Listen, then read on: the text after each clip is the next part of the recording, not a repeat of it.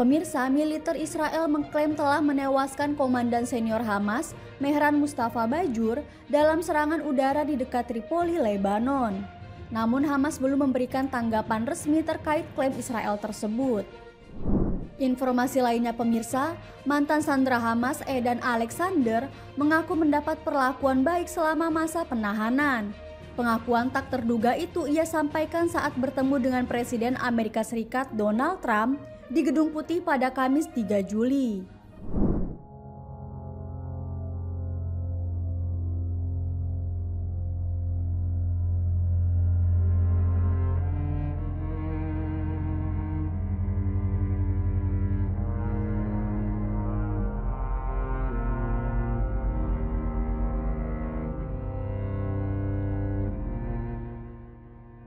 Presiden Amerika Serikat Donald Trump bertemu dengan Perdana Menteri Israel Benjamin Netanyahu di Gedung Putih pada Senin 7 Juli 2025.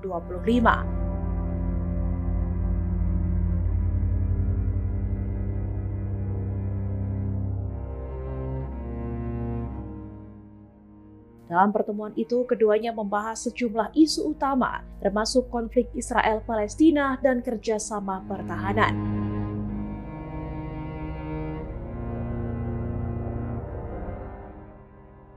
Trump memuji keberhasilan serangan terhadap fasilitas nuklir Iran yang dilakukan bersama Israel pada Juni lalu.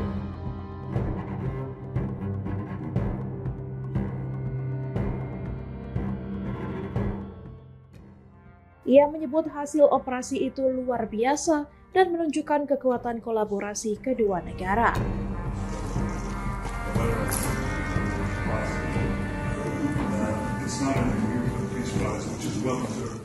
Di sisi lain, Trump mendesak Netanyahu agar segera mengakhiri agresi di Gaza.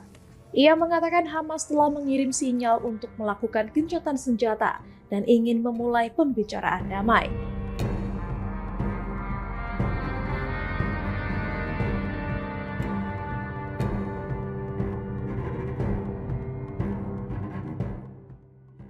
Netanyahu mengungkap bahwa Amerika Serikat dan Israel tengah menjajaki opsi relokasi warga Palestina dari jalur Gaza ke negara lain.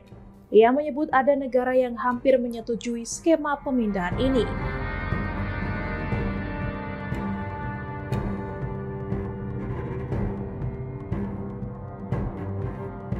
I want to present to you, Mr. President, the letter I sent to the Nobel Prize Committee. It's nominating you for the peace. Netanyahu juga menegaskan bahwa penduduk Gaza akan diberi pilihan untuk tinggal atau pergi. Wow. Thank you very much. Coming from you in particular, this is... Dalam pertemuan itu, Netanyahu memberikan surat nominasi Trump untuk hadiah Nobel Perdamaian. Ia menilai Trump layak mendapat penghargaan tersebut atas perannya dalam mendorong perdamaian di Timur Tengah. Want to stay? They can stay.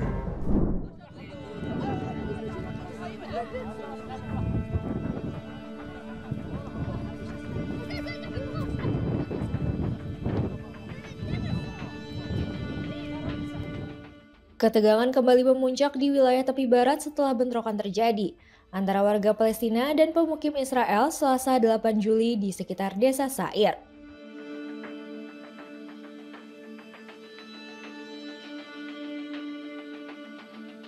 Dalam sebuah video yang beredar, terlihat sejumlah pemukim Israel mengenakan penutup wajah dan membawa tongkat.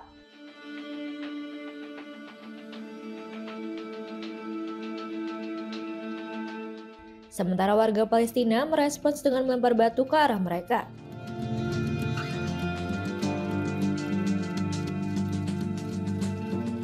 Saat ini diperkirakan terdapat sekitar 700.000 pemukim Israel yang tinggal di kawasan tepi barat dan Yerusalem Timur.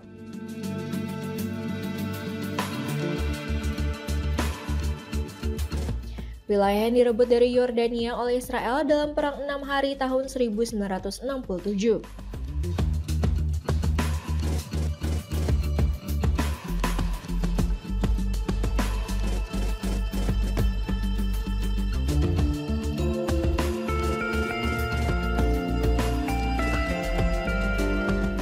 Israel kemudian mencaplok Yerusalem Timur meski langkah tersebut tidak diakui secara internasional.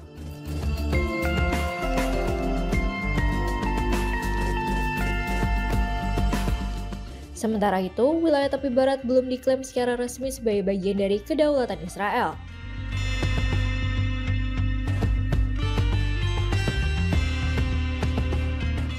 Sejak pecahnya konflik Israel dan Hamas di Gaza, pembangunan permukiman Yahudi di tepi barat semakin masif.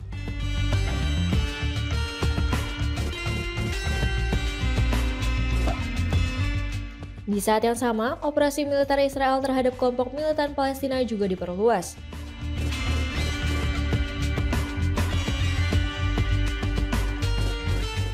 Disertai lonjakan insiden kekerasan yang melibatkan pemukim terhadap warga sipil Palestina.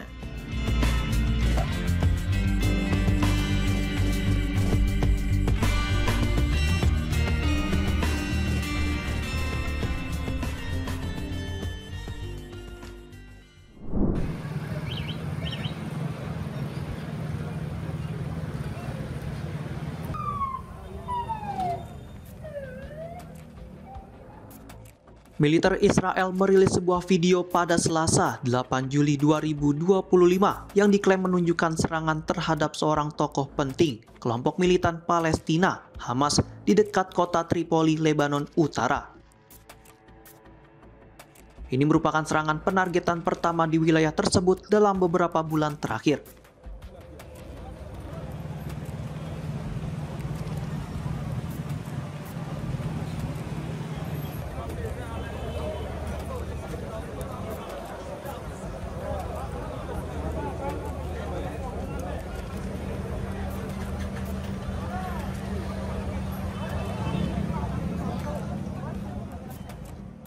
Dalam video itu, terlihat sebuah mobil sedang melaju di jalan sebelum terjadi ledakan.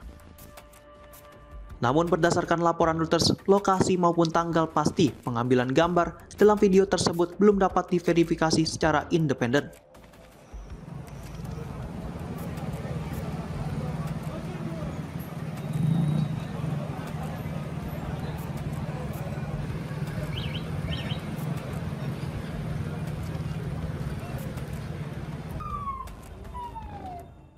Dalam pernyataan resmi pada hari yang sama, militer Israel menyebut bahwa target dalam serangan itu adalah Mehran Mustafa Bajur, yang digambarkan sebagai salah satu komandan senior Hamas di Lebanon.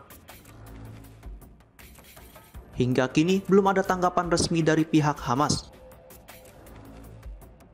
Media pemerintah Lebanon melaporkan bahwa sebuah mobil menjadi sasaran serangan di dekat Tripoli.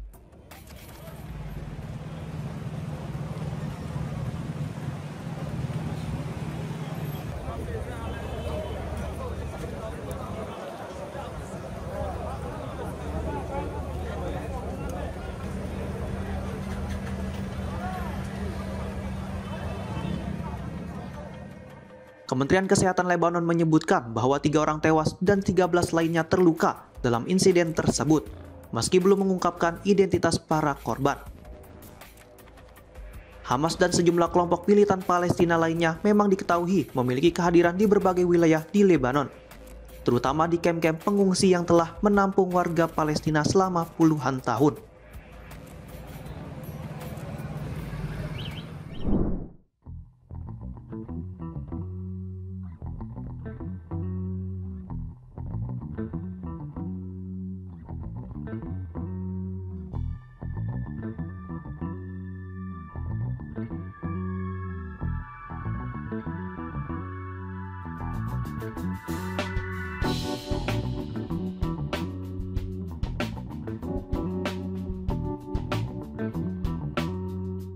Perdana Menteri Lebanon Nawaz Salam menegaskan kembali komitmen negara untuk memonopoli seluruh senjata di wilayahnya.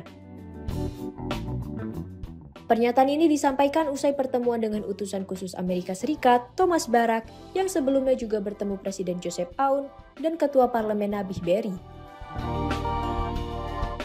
Salam menjelaskan bahwa negara harus mengambil kembali otoritas penuh atas keputusan perang dan damai, menegaskan posisi Lebanon sebagai satu kesatuan negara.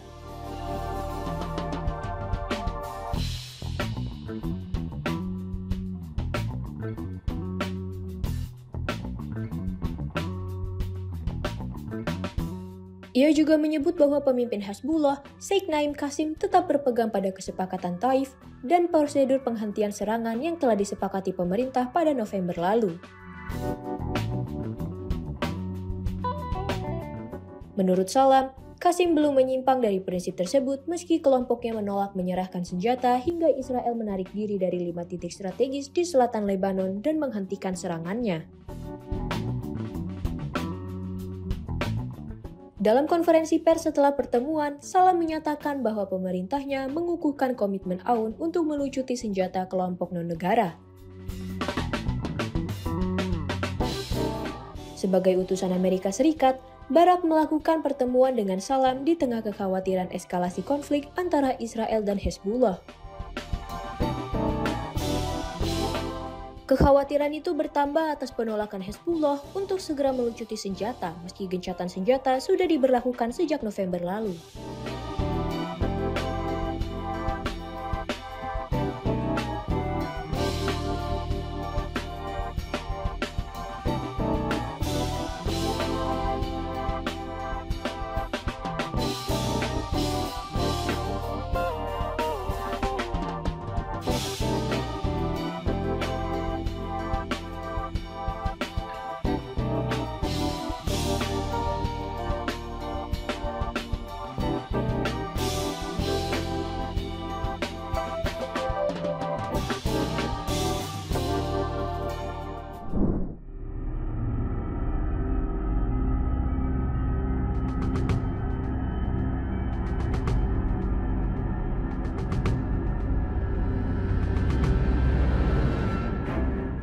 Sumber-sumber Palestina menyebutkan bahwa setidaknya 60 warga Palestina, termasuk 6 mantan tahanan dan seorang paramedis, tewas dalam serangkaian serangan udara dan tembakan militer Israel di berbagai wilayah Gaza pada hari yang sama.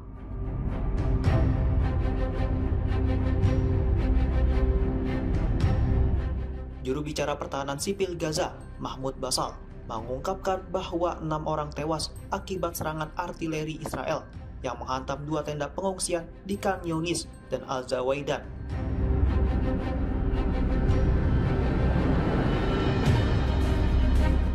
Hamas dalam pernyataan resminya mengatakan bahwa 6 korban tersebut merupakan mantan tahanan yang baru dibebaskan dari penjara Israel dan dideportasi dari tepi barat ke Gaza.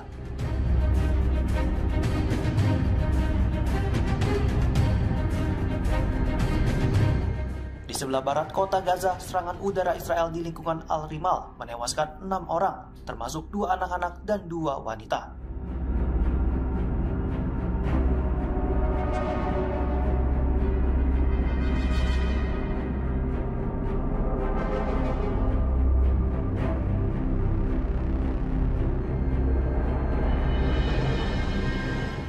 Sementara itu, 4 orang termasuk seorang bayi tewas akibat serangan di rumah warga di kawasan Tal Al-Hawa.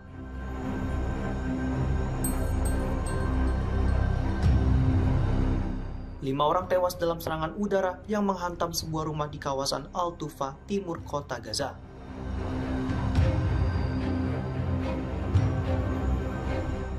Sementara 3 orang lainnya tewas akibat bom yang dijatuhkan drone Israel di kawasan pemukiman El Zaitun, selatan kota Gaza.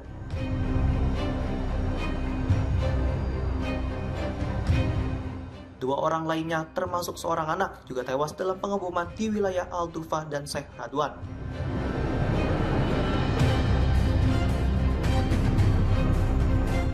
Selain itu, 2 orang dilaporkan tewas dalam serangan terhadap sebuah kendaraan di kota Deir al-Balah, Gaza Tengah.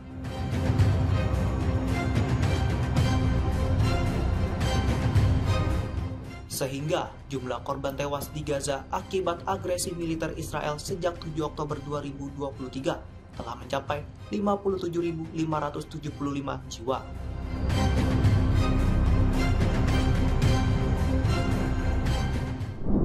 نیروهای مسلح ایران به سرزمین‌های اشغالی در حقیقت اما پس از پاسخ قاطع و بازدارنده نیروهای مسلح ایران نقش خود را در جنایات رژیم Presiden Iran Masoud Pezeshkian mengklaim bahwa Israel sempat berusaha membunuhnya.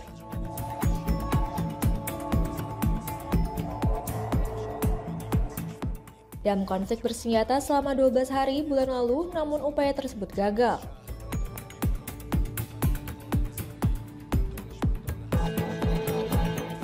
Hal itu ia sampaikan dalam wawancara eksklusif dengan jurnalis Amerika Serikat Tucker Carlson yang dirilis Senin 7 Juli waktu setempat.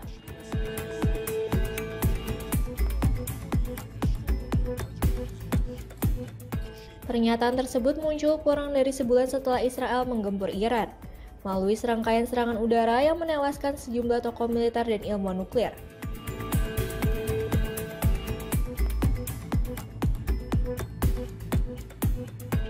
Aksi militer ini terjadi hanya 2 hari sebelum perundingan nuklir antara Teheran dan Washington dijadwalkan berlangsung.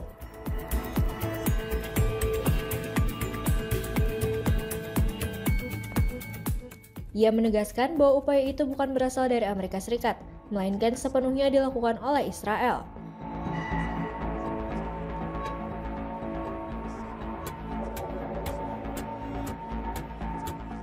Dirinya menjelaskan Israel membombardir area tempatnya berada dalam sebuah pertemuan.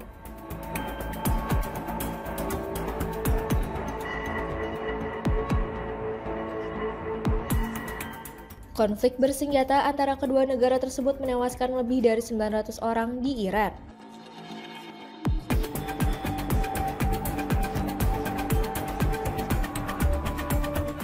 Di pihak Israel, serangan balasan Iran yang menggunakan rudal dan drone dilaporkan menewaskan sedikitnya 28 orang.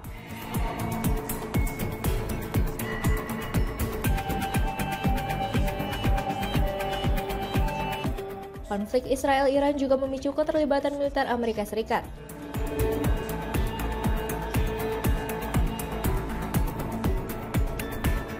Dalam eskalasi yang belum pernah terjadi sebelumnya, Amerika Serikat melakukan serangan udara terhadap 3 fasilitas nuklir utama Iran, yakni Fordo, Isfahan, dan Natanz.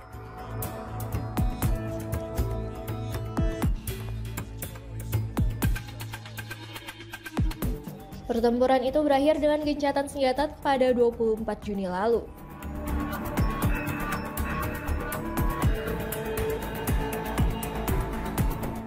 Pezeshkian juga mengkritik Perdana Menteri Israel Benjamin Netanyahu yang sebelumnya sempat menyatakan tidak menutup kemungkinan untuk membunuh pemimpin tertinggi Iran Ayatollah Ali Khamenei.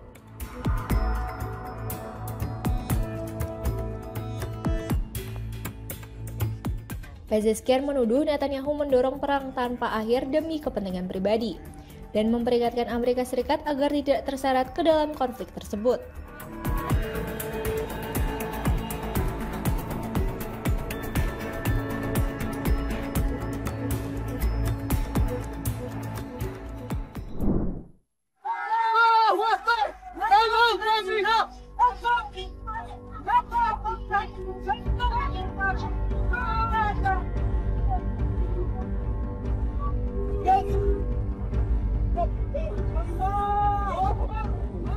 Kelompok Houthi merilis video yang memperlihatkan aksi mereka menaiki kapal dagang Magic Seas dan meledakannya di Laut Merah. Aksi ini merupakan bagian dari serangan yang dilakukan pada minggu lalu terhadap kapal berbendera Libera milik perusahaan Yunani yang tengah mengangkut pupuk dan baja menuju Turki. Dalam video yang dirilis pada Selasa 8 Juli 2025 oleh kantor media Ansar Allah, para militan terlihat menaiki kapal yang telah ditinggalkan 22 awaknya. Mereka tampak menyerbu ruang kendali dan berjalan di antara puing pecahan kaca. Video yang juga menampilkan komunikasi radio dalam bahasa Inggris yang berisi ancaman serta ledakan besar yang diduga berasal dari bahan peledak yang dipasang di kapal.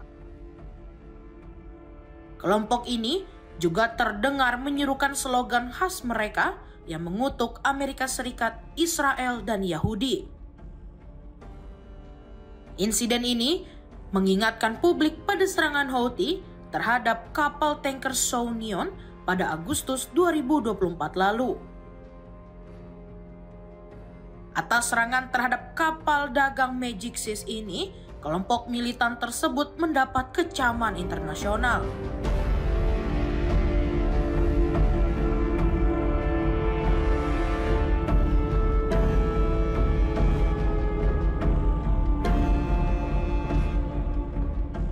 Sementara itu, serangan terpisah terhadap kapal kargo berbendera liberal lainnya di Laut Merah menewaskan 3 pelaut dan melukai 2 orang lainnya, sebagaimana dilaporkan oleh pasukan laut Uni Eropa.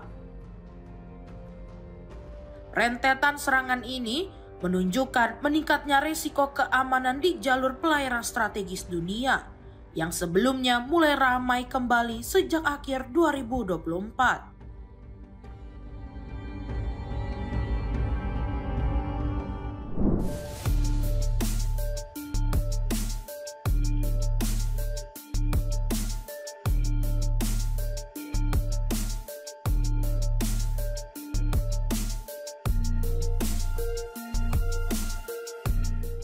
Sebuah pernyataan tak terduga datang dari Edan Alexander. Ia adalah mantan sandera yang sebelumnya ditahan oleh kelompok Hamas. Dalam kunjungannya ke Gedung Putih dan bertemu dengan Presiden Amerika Serikat Donald Trump pada Kamis 3 Juli, Alexander menyampaikan bahwa dirinya mendapatkan perlakuan yang baik selama berada dalam tahanan. Dalam percakapan yang disaksikan media, Alexander mengungkap bahwa para pejuang Hamas sempat memindahkannya ke sebuah lokasi baru yang ia gambarkan sebagai tempat yang bagus. Ia juga menyebut bahwa orang-orang di sekitarnya berupaya memenuhi kebutuhannya selama masa penahanan. Pernyataan tersebut sontak membuat Donald Trump terkejut. Presiden Amerika tersebut bahkan sampai menyebut "wow". Respon spontan ini menjadi perhatian media, mengingat citra keras yang selama ini melekat pada kelompok Hamas di mata publik dan pemerintahan Amerika Serikat.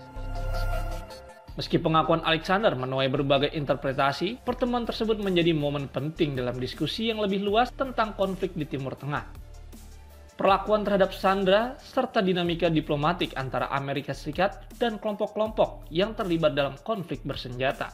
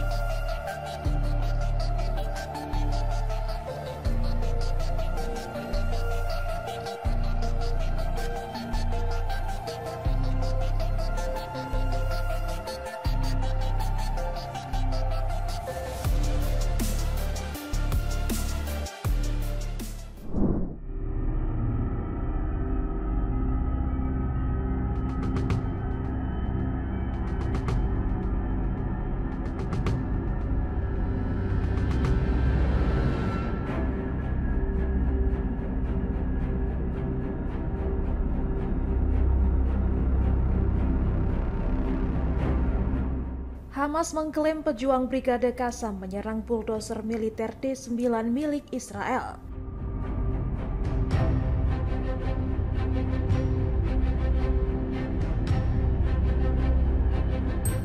Serangan dilakukan dengan rudal Yasin 105 di dekat Masjid Al-Islah, Jalan Al-Muntar, Gaza Timur.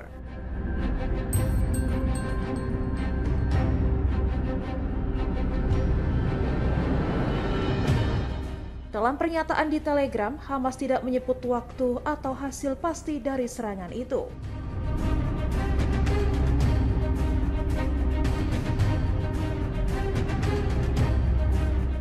Hamas menyebut militer Israel gagal menundukkan perlawanan rakyat Gaza.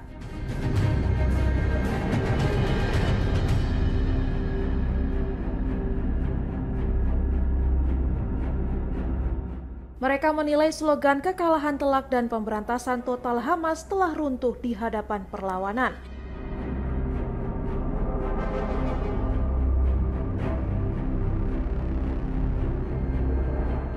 Hamas mengklaim kendaraan militer Israel Gideon dibakar di Beit Hanun dan Khan Younis, menewaskan para tentara di dalamnya.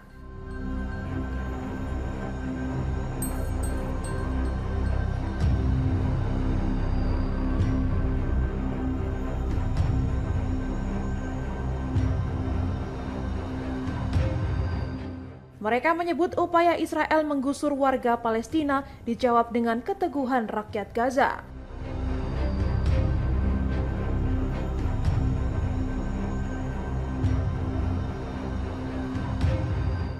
Hamas menyebut kegagalan Israel tidak hanya bersifat militer, tapi juga politik dan moral.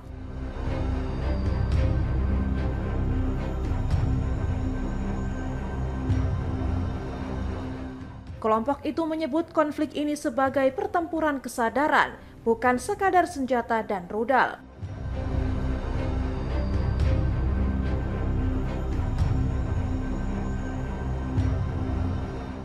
Pernyataan ini dirilis di tengah meningkatnya ketegangan dan pertempuran di jalur Gaza.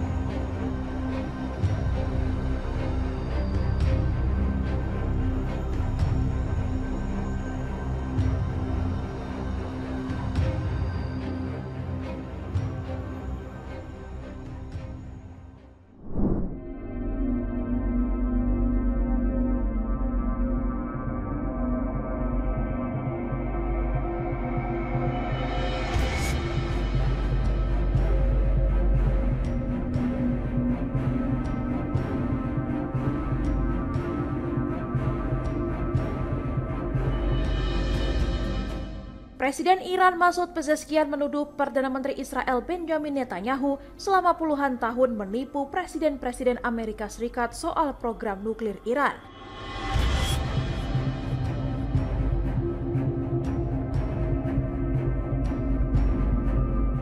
Pezeshkian mengatakan Netanyahu menyebarkan narasi palsu itu sejak 1984 saat menjadi utusan Israel di PBB.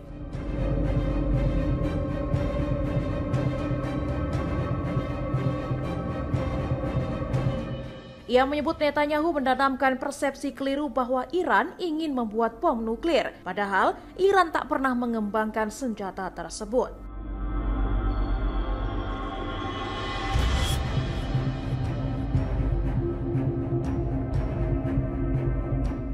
Pezeshkian menegaskan hal itu bertentangan dengan dekret agama dari pemimpin tertinggi Iran yang melarang senjata nuklir.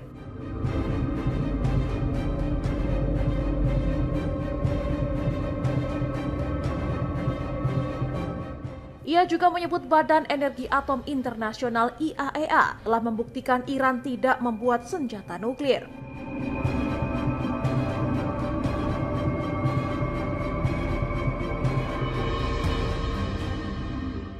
Presiden Iran menuding Israel menyabotase diplomasi nuklir dengan Amerika Serikat melalui serangan terhadap fasilitas nuklir dan militer Iran pada 13 Juni.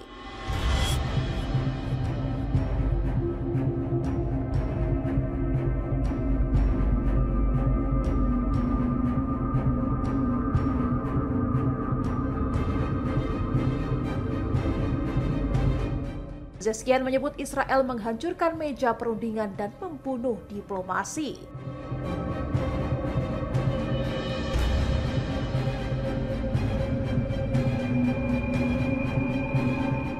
Iran menyatakan masih terbuka untuk dialog soal pengawasan nuklir, tetapi serangan Israel membuat akses ke lokasi menjadi tidak memungkinkan.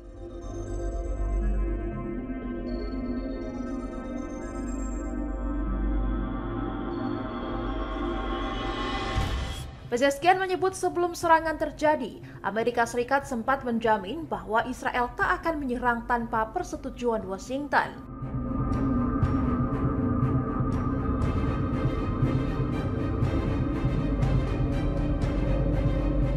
Netanyahu sejak lama menuduh Iran membuat senjata nuklir dan menolak kesepakatan nuklir 2015 yang kemudian ditinggalkan Amerika Serikat saat dipimpin Donald Trump.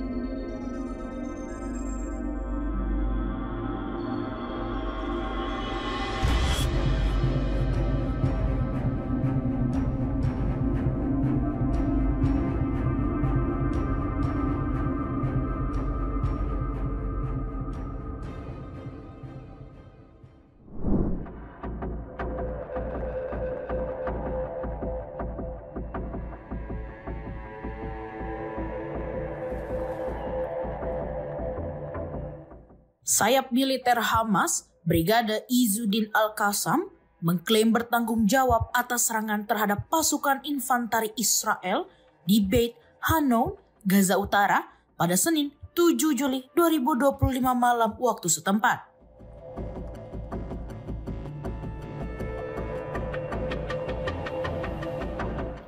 Juru bicara Al-Qassam, Abu Ubaidah, menyatakan bahwa serangan tersebut merupakan pukulan telak bagi pasukan Israel yang tengah melakukan patroli jalan kaki.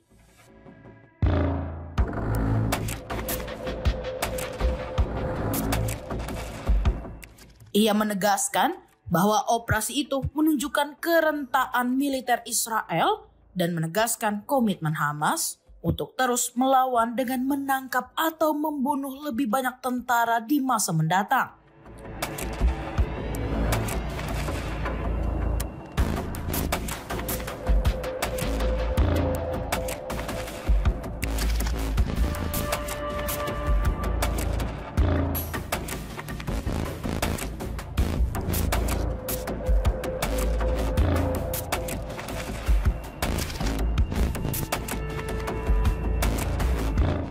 Militer Israel atau IDF melaporkan 5 tentaranya tewas dan 14 lainnya luka-luka akibat ledakan ranjau pinggir jalan sekitar pukul 22 waktu setempat.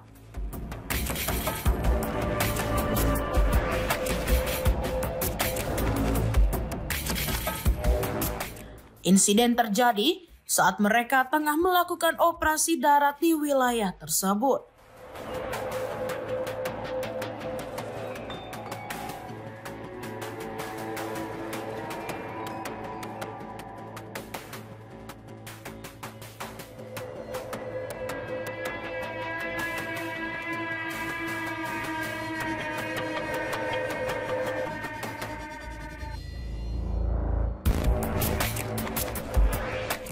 Setelah ledakan, para pejuang Hamas dilaporkan melanjutkan serangan dengan menembaki pasukan Israel yang tengah mengevakuasi korban, menyebabkan lebih banyak korban jatuh.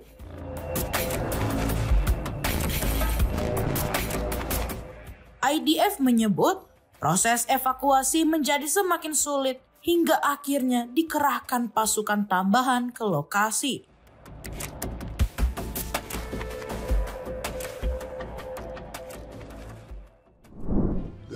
Threatening the life of Israel. The nuclear tumor. One of the things we have with Iran is, we have they call biting. They are very biting sanctions, and I would love to be able to, at the right time, take those sanctions off, give them a chance at rebuilding, because I'd like to see Iran build itself back up in a peaceful manner and not going around saying death to America, death to the USA, death to Israel, as they were doing. They were the bully of the Middle East, and now they're not the bully anymore. But they were saying terrible things, and would like to see them. They have such potential. They have the oil power, and they have great people, smart people, energetic people, amazing. And I know so many. Presiden Amerika Serikat Donald Trump menyampaikan bahwa pencabutan sanksi terhadap Iran akan dilakukan pada waktu yang tepat apabila situasi mendukung.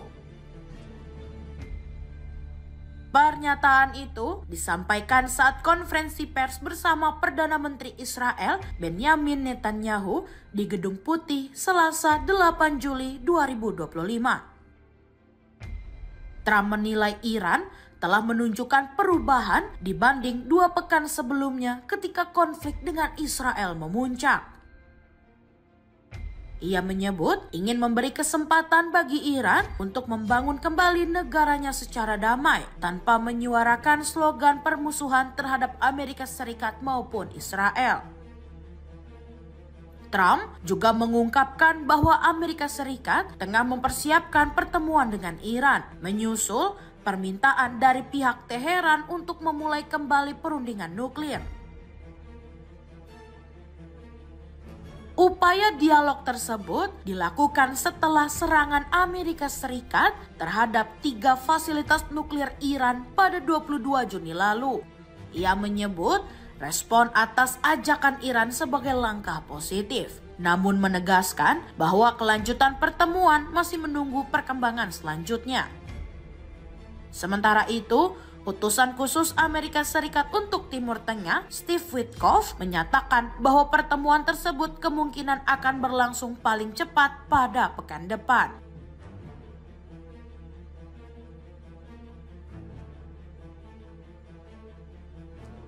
That we're threatening the life of Israel. The nuclear tumor. One of the things we have with Iran is, we have they call biting, they are very biting sanctions, and I would love to be able to.